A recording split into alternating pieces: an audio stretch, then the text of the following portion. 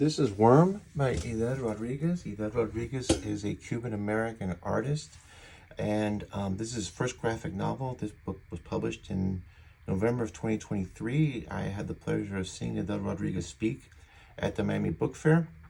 This was published by Metropolitan Books, and as far as I know, this is the first graphic novel, and it's an outstanding graphic novel. I just want to say that one of the better graphic novels I've read, and a year of very good graphic novels. The closest thing I could say as a comparison would be like a good Joe Sacco book. It's not like Joe Sacco, Joe Sacco actually does journalism. He's a journalist. He actually goes there, he inserts himself in the story. He's telling other people's stories. This is Edel's biography. It's also the story about his parents and of Cuba. And there's also warnings to the increasing rise of fascism in America. And without further ado, just wanted to talk about it. I did meet Mr. Rodriguez, and he was nice enough to sign and draw a little sketch in my copy. And the book starts off really just kind of laying the groundwork before he's born, as far as Cuba having a communist revolution. This is January 1st, 1959, where Castro is rolling through the streets of Havana. This is the Capitol building, Havana. It was built and styled after the American Capitol in Washington, D.C. And he talks about how Castro took over, basically how, Castros Rise, how when he took over, anybody that was considered a threat got taken to jail, because a lot of people were happy to see him take over, because the president that was there, Fulgencio Batista, was not a great president. I mean, if you speak to older Cubans, they'll tell you that Cuba was a paradise, but it really wasn't. It's just that it got much worse with Castro, but Batista was in the pocket of American corporations and also the mafia. So the people still suffered. And talking about how Castro would do these 4-hour speeches promoting the revolution. And this is before he came out and just basically said, yeah, I am being supported by the Soviet Union. Now, just a little background. My dad left Cuba in '59, came to America, and then brought my mom and my brother over in early 1960s. This is before Castro announced that he was back by the Soviet Union, and therefore you had restrictions on travel. Back then, you could just get a plane and go to the U.S., which they did. And I grew up here in this country. I was born in this country. And so I'm very familiar with a lot of this history and a lot of the story, but there's a lot of things I wasn't familiar with. But here they talk about the Cuban Missile Crisis, and then talk about how he was born. And it really covers a lot of like growing up in Cuba, and how a lot of everybody, all of a sudden you found like his grandmother would, she would do this signals like, you gotta be careful, you can't talk loudly because neighbors, all of a sudden being part of the Cuban, being part of the Communist Party, being like the local attaché, you would spy on your neighbors. And I mean, this is like talking about, she would see, this guy would always wear fatigues in his hat. So if you would see his hat, you could see him over the fence and he'd be listening. And there's a scene in Scarface where he talks in the beginning about, he tells the guy, listen, man, you have a Chivato on every street corner. Chivato is Cuban slang for a stool pigeon, for a narc. And it's true, you had them all over the place, and they were keeping an eye on everybody. Because everybody was basically empowered to rat you out to the Communist Party or to the government officials that they thought you were doing something that was against the revolution. So everybody was watching everybody. So you had to be really careful with anything that you did that was outside of the revolution. If you were on the black market, if you were trying, sometimes people stole food from government, farms because they were starving. And there's another thing that this book does, because a lot of times people will talk about elements of Castro's Cuba, like I think Bernie Sanders, who I like, mentioned how healthcare was free, and he mentioned Cuba as an example. Well, I can tell you from my own parents' personal experience, and what's shown in this book is that, yeah, the healthcare is free. There's no medicine, But the healthcare is free. The doctors know what they're doing, but they don't have medicines to treat you. So if you're sick, unless you have a connection on the black market, you're in a world of hurt. So it kind of like undoes a lot of these myths of like, well, you know, Castro was a terrible guy, but there were some good things about the revolution. Very little good. You know, especially when you're sitting there, you're starving, you're losing weight. And they talk about growing up in Cuba, how his dad was sort of like a rebel, and he was like, he became a photographer and take pictures of girls for their quinceañeras. And then one time he got a hold of a bunch of foreign magazines and cut out ads and put them on the wall as a backdrop. Even though the kids liked it, like somebody told him, hey man, you know, like this is not gonna float. This is not floating with the local officials. And so they talk about when he went to his first day of school, how they would wear this uniform with this red beret and this scarf and all that, and they would just sit there and pledge, you know, to Fidel and to communism. So it's about growing up, and it's really interesting because my parents and I didn't grow up in this world. And anytime I would ask my parents about, you know, what's going on when I was a kid, what's going on in Cuba, they would say, oh, no, it's terrible, but nobody would give you examples. So this filled in a lot of detail as far as what it was like growing up in Cuba. It's interesting from that point of view, but you see it from a kid's perspective, because kids sometimes when they grow up in an environment don't really understand how different it is until until like they have gained perspective, but the parents do. I mean, there's this one scene where all of a sudden he starts getting this like lie in his foot, and then all of a sudden he starts getting sicker and sicker, and what he has is that he has a worm. So first they go to the local Santeria priestess and they do all these like potions and stuff. That doesn't work. And it's starting to get worse and worse. And then eventually they take him to a doctor, and the doctor says, hey, you know, they actually take him to a leper colony.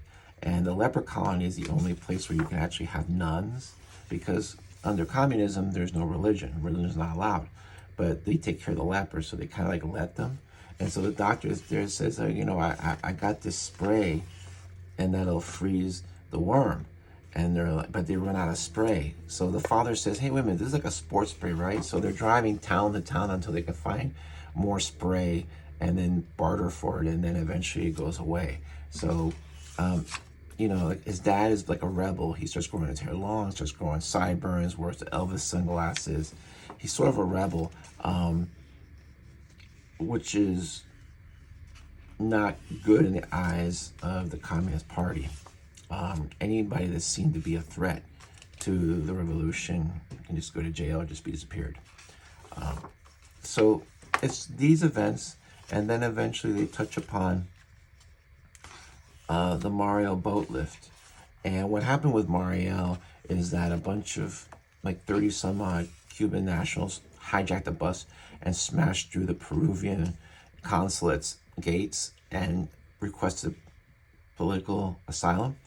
And there was all this negotiation back and forth because Castro wanted to go in and just take these guys back and like, hey, you can't come into our sovereign, our territory, you know, and you know, and an embassy and just do that. So the workaround was the Mariel boat left. The Mariel harbor, people could come in boats. They provide a list of people they needed, and they could take those people. So the father decides, listen, we're going to do this. But they talk about how they had to be quiet, that they couldn't tell people, because once you told them that you told the government, you had to like tell the government you're going to Mariel. And once you did that, they took over your house and any belongings here. And they had people that would come by and visit, you know, but they would like record everything you had in your house. And then when they would take over, they would say, hey, you had an old record player. Where's the record player? Oh, I gave it to my cousin. No, it's got to be here. So they made it difficult for anybody just to leave the island. And then when you got to this camp where they were waiting for the boats to come, that was harrowing. Castro also used this opportunity to clean out his jails. And also there were a lot of people that were part of the LGBTQ community who said, hey, listen, we got a chance to go to America. We're going to America. Because in Cuba, homosexuality and being under the LGBTQ umbrella was illegal. And it was not uncommon for gays to be beat up. Rocks, sticks, punches. I mean, it was a thing you did. I mean, there's a very, I don't know about now, but back then, even up to the 80s and 90s, there's a very homophobic culture in Cuba. I can't speak as of today, but back then it was definitely very homophobic. I just know from talking to people, because I live in Miami, and so, I'm Cuban American. There's just a whole ordeal of getting on the boat to Mariel, and how these boats were packed full of, prisoners and other people they didn't know, and just how difficult that trip was. Because even though they always say, oh, it's only 90 miles away, it is only 90 miles away. But that strait between the north coast of Cuba and Key West is 90 miles. That's very rough water. My dad was in the Merchant Marines, and he told me that water is very rough and it's full of sharks. So it's a rough trip on a boat, especially an overcrowded boat. People that take rafts, you got to be desperate. But eventually, they do get to the U.S., they settle in, and it talks about Edel's growing up in the suburb of Hialeah, how he really liked American culture, Kiss, and other rock bands. And also it just shows about how growing up and also studying art in New York, and also going back to Cuba on artist programs, and just kind of seeing like how the Cuba that he came back to was so much in worse shape than the Cuba that he had left, and how desperate and how poor, how hungry these people were. And so the book then starts talking, has this chapter, and the enemy of the people.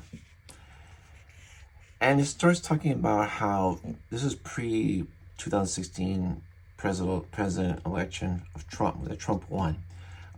He has a neighbor who's saying, hey, listen, they were talking about something, saying, I don't want to talk too loud because I don't know if some of the teachers at my school are Trump supporters. And he said for the first time he saw like fear in somebody's eyes when they were talking about a political candidate. And he's very famous. He became famous for these time covers, these meltdown covers, where he would just draw Trump with just a big mouth, yellow hair, orange face, and no eyes, nose, or any other detail. He was protesting using his art. But he's also doing a comparison between a lot of the things that Trump did and a lot of the things that Castro did as far as fascism. A lot of similarities if you look at it. Charlottesville, and how he just said that he's a racist, and he's, he just calls him out and says he's a racist. So, and he talks about the big lie, which is something that Adolf Hitler came up with, when you tell a lie that's so big that it almost like becomes the truth. They talk about this one sequence where you have these other art program, and they're talking about these Mexican nationals talking about how great communism was, and he told them this true story about what they do is, like, when they're kids, and I know this is a story I heard about when I was a kid, that they'll tell somebody, hey, this is Jesus Christ, ask Jesus Christ for a piece of bread, and of course there's no bread, and then they say, now here's Fidel Castro, ask Fidel Castro for a piece of bread, and he does, and then this guy takes out a piece of bread from his pocket, and just basically is showing you, like, hey, don't believe in Jesus, don't believe in anybody else, not any other religious figure. You gotta believe in Fidel, and Fidel will miracle this stuff for you. And one really neat trick that he does is that he talks here about the January 6th insurrection. And it's interesting because you start off the book, the first pages are a 2-page drawing of Castro rolling through Havana with his tanks. And here you have the insurrection, and the whole outline and the whole setup is the same, because again, their capital is based on our capital. And it's just really interesting how you have the same layout, but you have it here. This is, to me, really effective. And all this stuff with the nooses and the kill them and heads on pikes. This is all documented stuff on video. And so this is where it becomes a warning to America about the rise of fascism. And then at the end, the book ends, and I won't spoil that part. There's a conversation that he has with his father about why his father felt so compelled to leave so early. As I said, this is not like, it doesn't have to be over dramatized. The story in itself is dramatic, it's harrowing, it's scary. This is, as I said, it reminds me of a book like maybe Palestine, or maybe more Safe Era Garajda by Joe Sacco. Just an outstanding graphic novel, one of the best ones of last year. I recommend this highly. If you want to know about the history of modern day Cuba, if you want to know about how fascism starts, if you want to see the truth about how terrible living under Castro's Cuba was, especially after the Soviet Union stopped pumping $8 billion a year into the island, this is your book. I hope Edel Rodriguez does other graphic novels in the future. He's a wonderful artist, and just an outstanding book. That's all I can say about it. I hope you read it. Thank you.